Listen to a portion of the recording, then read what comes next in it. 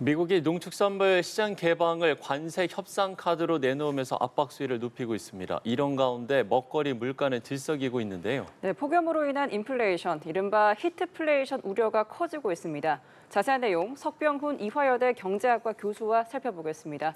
어서 오십시오. 안녕하십니까? 네.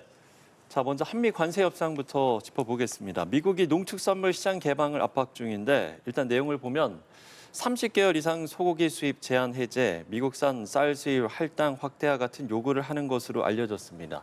지금 다른 나라들도 상황은 마찬가지인데 이렇게 미국이 농축산물 시장 개방을 압박하는 이유는 일단 뭔지부터 짚어볼까요? 예, 두 가지 이유가 있습니다. 첫 번째는 이제 미국의 무역 수지를 개선하고자 하는 의도가 있는데요. 네. 무역 수지를 개선하기 위해서는 아무래도 자국이 비교 우위가 있는 상품에 대해서 수출을 늘리는 것이 무역 적자폭을 줄이는 데 가장 큰 도움이 됩니다. 근데 미국의 농업이라는 것은 미국에서 규모의 경제도 있고요. 그다음에 생산성도 높고 가격 경쟁력도 뛰어나기 때문에 가장 비교 우위가 높은 주력 수출 산업 중에 하나입니다. 네. 그래서 농업에서 수출을 늘리기 위해서 이제 농업에 대한 시장 개방 압박을 행하는 것으로 보고요. 예. 그래서 무역 수지 개선의 목적이 있고 두 번째는 또 이 모든 관세 전쟁을 벌이는 이유가 내년 11월에 예정되어 있는 중간 선거에서 승리를 하기 위한 의도인데 이 농업 지역, 미국의 중서부 농업 지역이 공화당 지지세가 강합니다. 그래서 자신의 표밭의 그 지지율을 끌어올리기 위한 목적, 이 두 가지 이유 때문에 농업 부분에서 시장 개방 압력을 강화하고 있는 것으로 보고 있습니다. 네, 미국은 특히 한국에만 있는 규제라며 30개월 이상 소고기 수입 제한 완화를 강하게 밀어붙이고 있습니다. 우리가 이미 미국산 소고기를 가장 많이 수입하는 나라임에도 불구하고 이 규제를 꼭 풀어야 하는 이유가 뭐겠습니까? 예, 이것은 사실 여러 가지 주장이 있는데요. 네네. 저는 사실 이것은 일종의 협상 카드로서 압박을 하는 것이다라고 보고 있습니다. 그게 예, 현재로서는 가장 유력합니다. 실제로 미국의 주장처럼 30개월령 이상 소고기의 수입을 규제하고 있는 나라는 러시아와 벨라루스 등 일부 국가를 제외하면 한국이 사실상 몇 안 되는 나라 중에 하나고요. 이것 때문에 미국의 입장에서는 소고기 30개월령을 구분해 내느라고 이 통관 비용이 들어간다 이런 것이 주장인데 실제로 이 30개월 이상의 소를 키우려면 사료값이 들어가고요. 30개월이 넘어간 소 같은 경우는 고기 육질이 좋지 않기 때문에 상품성이 떨어집니다. 네. 그렇기 때문에 생산도 많이 되지 않고 있을 뿐만 아니라 이것을 실제로 우리가 시장을 개방한다 하더라도요. 국내에서 수요가 많지 않기 때문에 실제로 수입이 많이 될 일도 별로 없습니다. 네. 그런데 이것을 트집을 잡아서 뭔가 우리 측의 양보를 얻어내기 위한 것이 가장 지금으로 봤을 때는 이 협상 전략의 일환이 아닌가 이렇게밖에 볼 수가 없다 이렇게 판단합니다. 예. 어제 이제 여한구 통상교섭본부장이 우리 농산물의 산업 경쟁력도 이제 강화됐다. 농산물도 이제는 전략적인 판단을 해야 할 부분이다.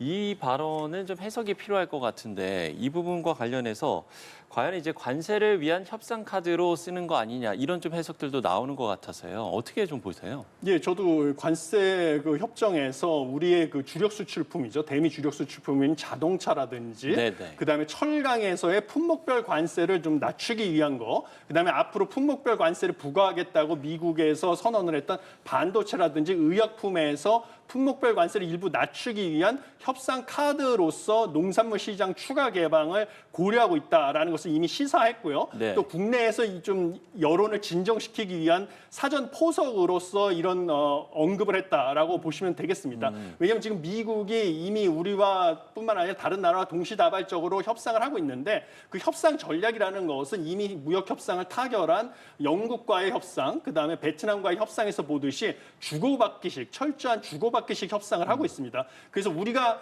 뭔가 주력 수출품에 있어서의 관세 인하라는 것을 얻어내기 위해서는 네. 우리도 양보가 불가피하거든요. 그런데 우리가 양보를 함에 있어서 우선순위를 정해야 되는데 우리의 국익 입장에서 농업을 이제 하는 농민분들한테는 안타까운 일이지만 비용을 최소화하는 것으로 순서를 정했을 때 농업을 일정 부분 양보를 할 수밖에 없다 이런 판단을 한 것으로 보입니다. 네, 그렇기 때문에 농민단체와 축산업계는 즉각 우려의 목소리를 목소리를 내고 있습니다. 한미 FTA 당시처럼 또다시 사회적 혼란을 겪게 되는 거 아닐까 하는 이러한 분위기인데요.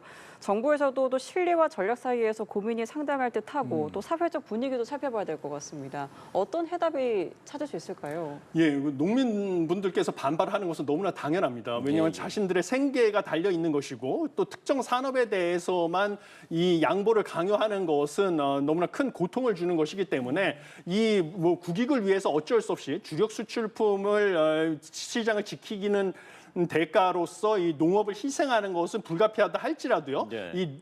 그 이행 과정에 있어서 농업 부분에 대해서 피해를 갖다가 보존해주기 위한 이런 정책적인 지원은 불가피하다 이렇게 보고 있습니다. 그래서 대표적으로는 이제 농업에서 우리가 생산성을 끌어올리기 위해서 스마트팜이라든지 아니면 기계화 이런 것들을 갖다가 정부가 좀 재정을 이용해서 지원을 하는 것. 그래서 이 농민들이 뭔가 생계를 유지할 수 있는 토대를 만들어주는 이런 지원 정책도 병행해야 될 수밖에 없다 이렇게 보고 있습니다. 예, 알겠습니다. 자, 주제를 바꿔보겠습니다. 여름 하면 가장 먼저 생각나는 과일이 바로 이 수박인데 요즘 수박을 사려다가도 멈칫하시는 분들 상당히 많으실 것 같습니다. 저 역시도 그랬었는데 이게 이제 작년보다 40% 넘게 올랐다고 하더라고요. 왜 이렇게 가격이 올라간 겁니까? 예, 두 가지 요인이 있는데요. 첫 번째는 지난달 수박이 한창 자라야 되는데요. 좀 장마가 일찍 왔다 이런 소리가 들을 정도로 날씨가 좋지 않았습니다. 그래서 비가 많이 내리는 바람에 수박이 잘 자라지 않았습니다. 그래서 수박의 공급이 줄어들었고요. 네. 그다음에 또 이번에는 기록적인 폭염이 와가지고 날이 덥다 보니까 수박에 대한 수요가 폭발적으로 늘어났습니다. 그래서 경제학에서 공급은 줄었는데 수요가 급증을 하게 되면 당연히 가격은 폭등을 하는 것.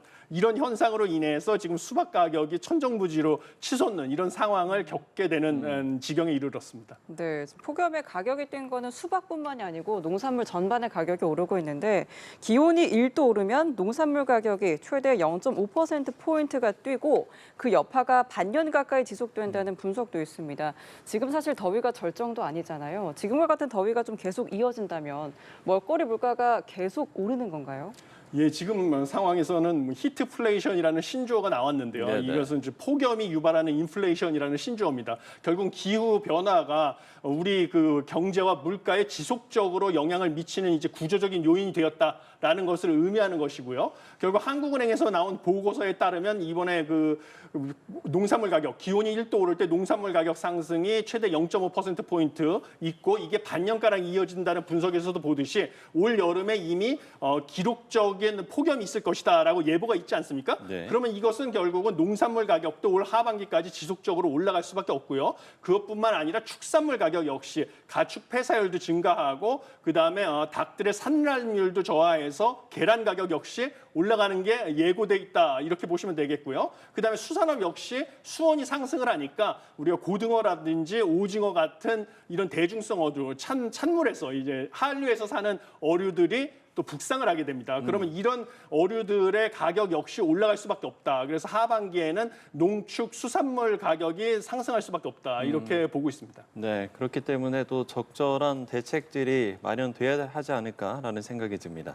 자, 마지막 주제로 넘어가 보죠. 비트코인이 12만 달러 저항선을 돌파해서 12만 3천 달러를 한때 돌파하기도 했습니다. 이제 사상 최고치를 기록한 건데, 근데 이제 본격적인 크립토 위크가 시작되자 소폭 하락하고 있거든요. 이건 어떻게 봐야 되는 겁니까? 예, 일시 사실 그동안에 기대를 선반영해가지고 가격이 많이 올랐습니다.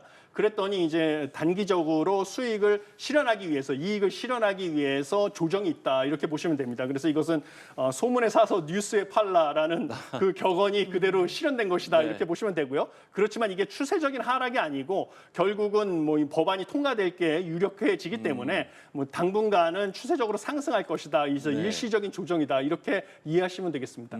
네, 자, 이번 크립토 위크에서는 지니어스 법안, 클래러티 법안, CBDC 감시 국가방지 법안이 중점적으로 논의될 전망입니다.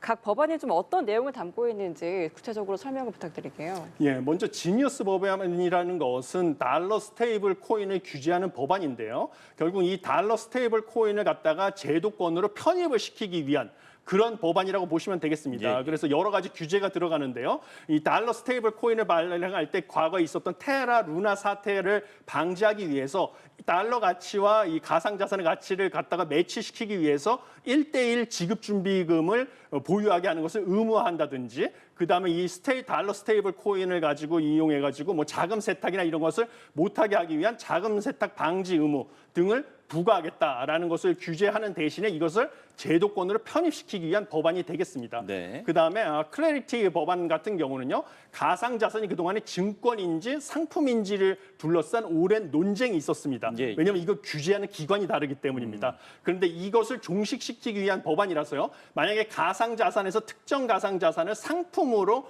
규정을 하게 되면 이것은 이제 그것을 바탕으로 한 간접 투자 상품들이 출시가 본물처럼 이루어지고요. 네. 여기에 대해서 기관 투자자들의 투자자금이 몰려들기 때문에 가상자산에 대한 가격은 계속 상승할 가능성이 있는 상당한 호재가 되겠습니다. 마지막으로 CBDC 관련된 법안은 미국의 중앙은행이 발행하는 중앙은행 디지털 화폐를 발행을 금지하는 법안으로서 이것은 결국은 달러 스테이블 코인을 갖다가 더 제도화하겠다. 이런 법안이라고 보시면 되겠습니다. 예, 아주 설명을 잘 해주셔서요. 시청자 여러분들께서도 이해하시기 편할 것 같습니다.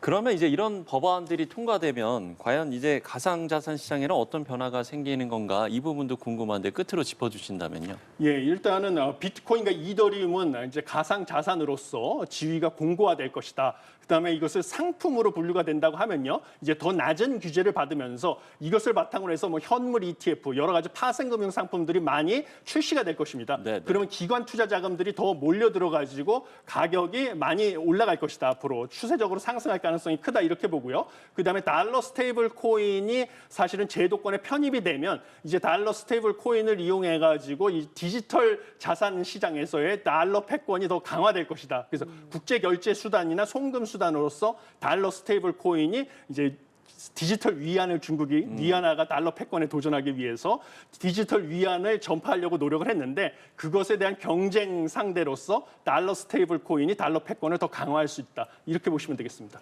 네, 알겠습니다. 이 시간 외교통상, 물가 그리고 가상자산 이야기까지 석병훈 이화여대 경제학과 교수와 함께 살펴봤습니다. 오늘 말씀 고맙습니다. 감사합니다.